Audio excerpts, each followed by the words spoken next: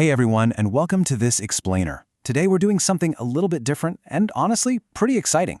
Instead of just reading through pages of text, we're going to visually deconstruct one single, absolutely profound graphic. We'll be looking at the typography, the vocabulary, the background elements, the whole shebang. And through all that, we're going to uncover an incredibly powerful story about one of the most revered chapters in the Quran. Let's get right into it. On the surface, right, this is just a stunningly lit piece of art featuring some Arabic typography. But you gotta wonder, how much spiritual depth can literally be captured in a single phrase? Well, we're gonna treat this artwork like a treasure map. We'll explore every little coordinate to uncover the rich, historical, and spiritual promises that are hiding right here in plain sight. Part 1. The Core Surah. Unpacking the main text. Okay, so look right in the middle. See that bold, glowing, white and gold typography? That's the Arabic phrase Fadl Surah al-Imran, which translates to the virtue of Surah al-Imran. Notice how the word for virtue, Fadl, is elevated in this bright, striking white. It literally towers over the gold text underneath it. That's a deliberate choice. It instantly tells us, hey, what we're talking about here is a matter of massive spiritual merit. It's putting a huge spotlight on this exact chapter. What's super important to grasp here is that this isn't just some general statement about the entire Quran. No, it's highly specific. It's pointing us directly to the distinct value, the specific spiritual weight of Surah al-Imran, the third chapter of the Quran. This is a chapter absolutely famous for its deep lessons on steadfastness and faith. The artist is making absolutely sure we know exactly which chapter we're honoring before we even dive into why we're honoring it. Part 2. Defining al-Zahrawayn, the two bright ones. Now, what's really interesting is the very first word nestled in that dark green and gold banner at the top, al-Zahrawayn. It's just a single word, sure, but man, it unlocks a massive amount of historical and theological context. So al-Zahrawayn is what's called a dual-form Arabic noun. Literally translated, it means the two bright ones. And in classical Islamic tradition, this term is used exclusively for a very specific pair of chapters, Surah al-Baqarah, the second chapter, and Surah al-Imran, the third. So while our main focus is on Al-Imran, this subtle little addition tells us that Al-Imran is actually part of a legendary duo. It's inextricably linked as a pair to another absolutely monumental chapter.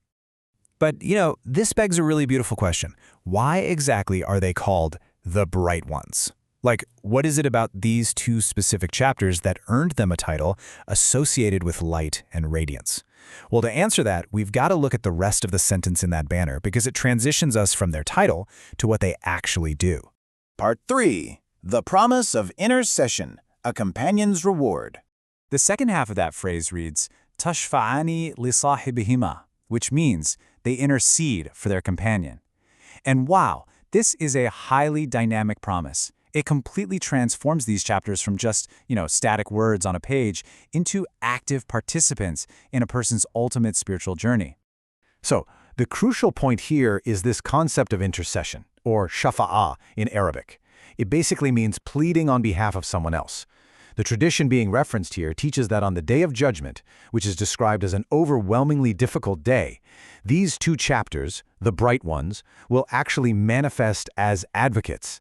They'll stand up and defend the person who read them. So they aren't just text anymore. They literally become your defense attorneys when you need them the absolute most.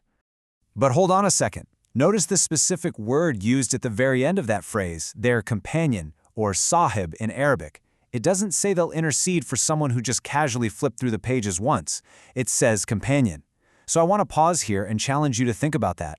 What does it actually mean to be a true companion of these chapters? Think about your own closest friends. A companion doesn't just visit once a year, right? Actually, scratch that. A companion is someone you spend time with all the time. You know their nuances, you ask them for advice, you keep them close.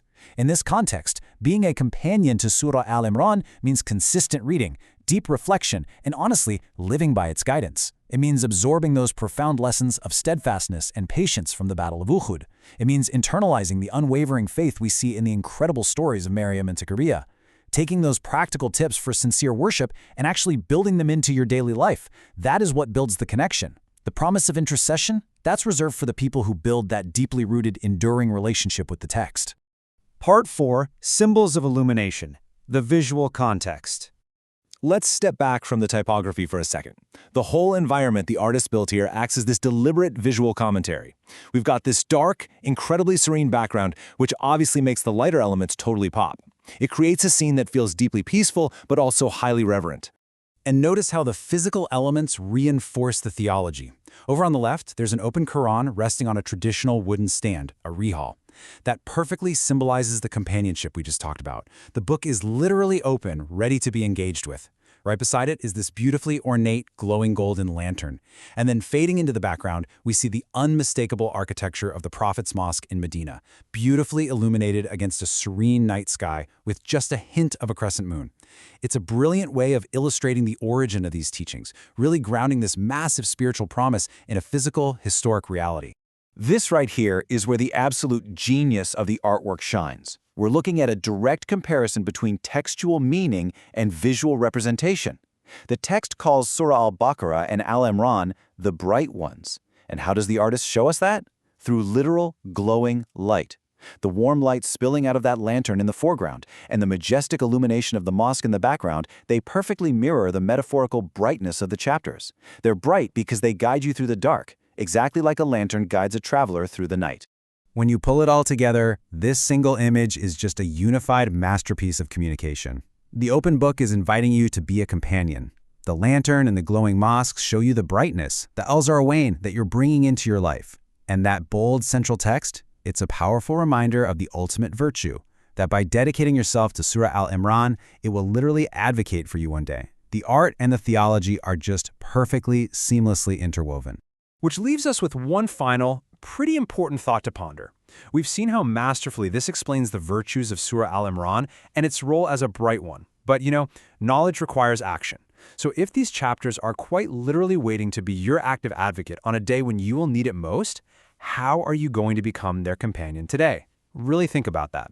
Thank you so much for joining me on this explainer. I hope this visual journey sparks some new curiosity for you. Keep learning, keep exploring, and I'll catch you next time.